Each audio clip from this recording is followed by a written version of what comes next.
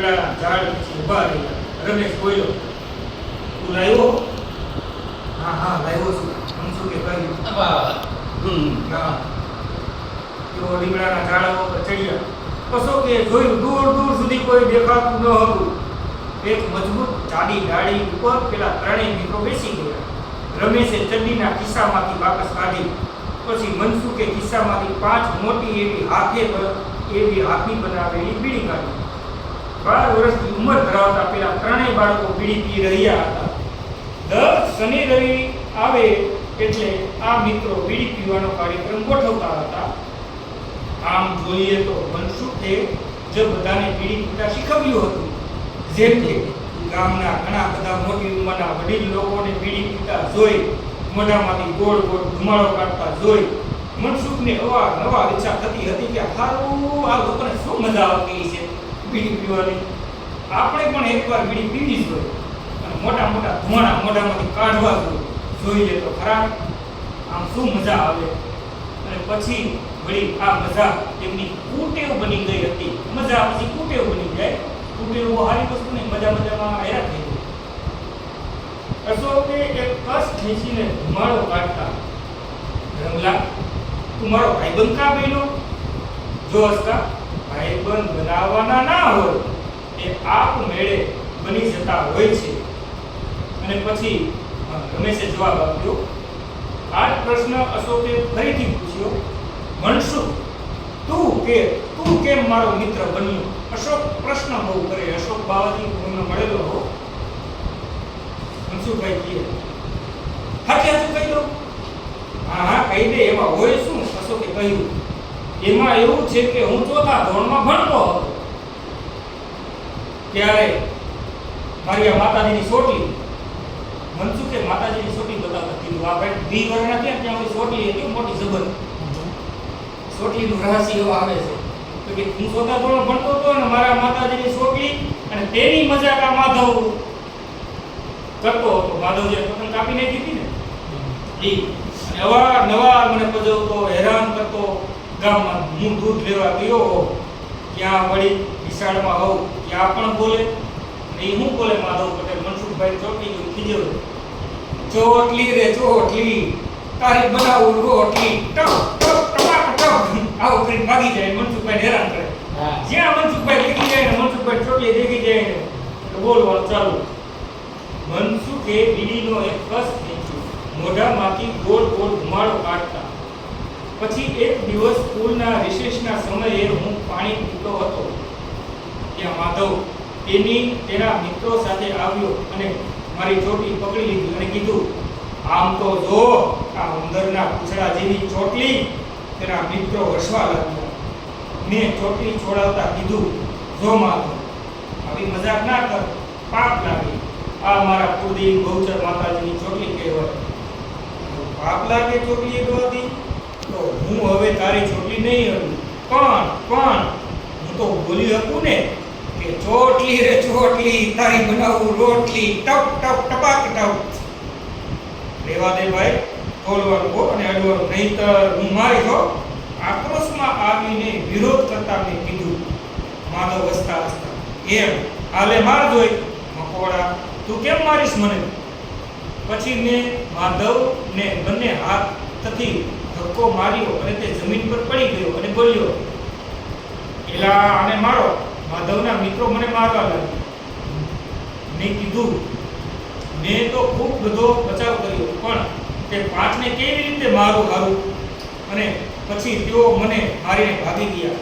એના થોડાક દિવસ પછી મેં જોયું કે અશોક ગામના રામજી મંદિરના ચોકમાં માધવને મારી રહ્યો છે. તેના શર્ટના બટન પણ તોડી નાખ્યા હતા, કાનમાં બટકું ભર્યું. માધવને અને પછી તે ચડ્ડીમાં ઉતરી ગયો. એટલે અશોકભાઈ જે હતા ને એ હતા આવું સિકલ બોડીના, પણ એ ગમે તેને મારી લેવાનું, તોડી લેવાનું. માધવને બટકા ભરવા લાગ્યા. હું માધવને ઉતરી ગયો. માધવના મિત્રો તેને બચાવવા માટે નહોતા આવતા, કેમ કે અશોકનો ખોફ જ એવો હતો કે જેને તેને હાથમાં ને પગમાં હડકાયા કૂતરાની જેમ બટકા ભરી લેવાનો. પછી મને વિચાર આવ્યો કે માધવનો દુશ્મન અશોક પણ છે અને એ પણ મારો દુશ્મન છે, તો કેમ નહીં અશોકને દોસ્તાર તો આમ પછી હું તારો દોસ્તાર બની ગયો. બરોબર હે ને મનસુખભાઈ? અશોકભાઈ વાંચે તો મજા આવશે ને?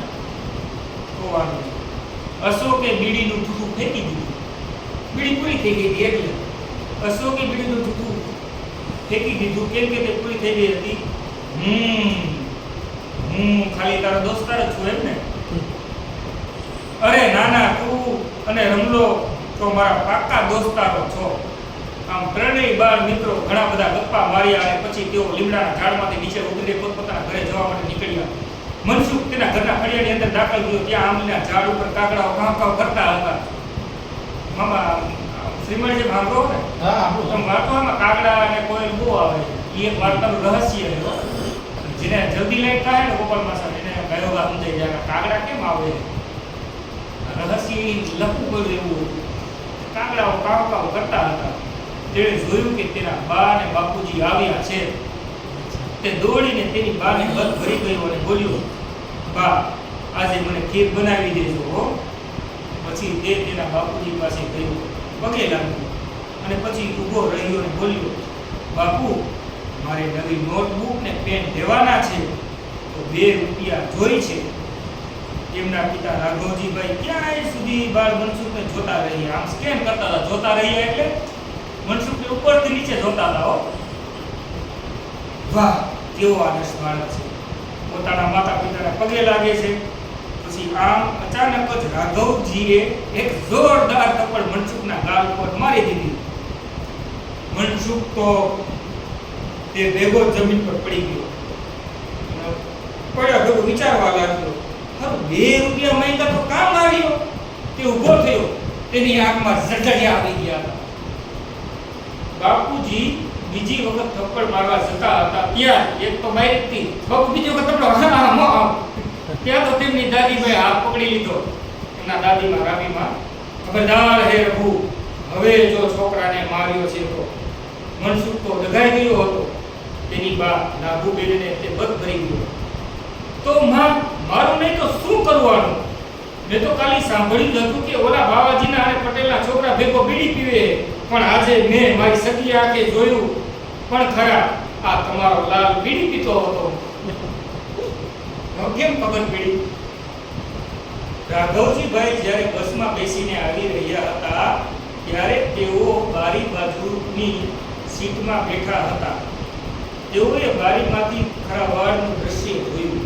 3 બાળકો લીમડાના ઝાડમાં બેઠા બેઠા ધુમાડા કાઢી રહ્યા હતા.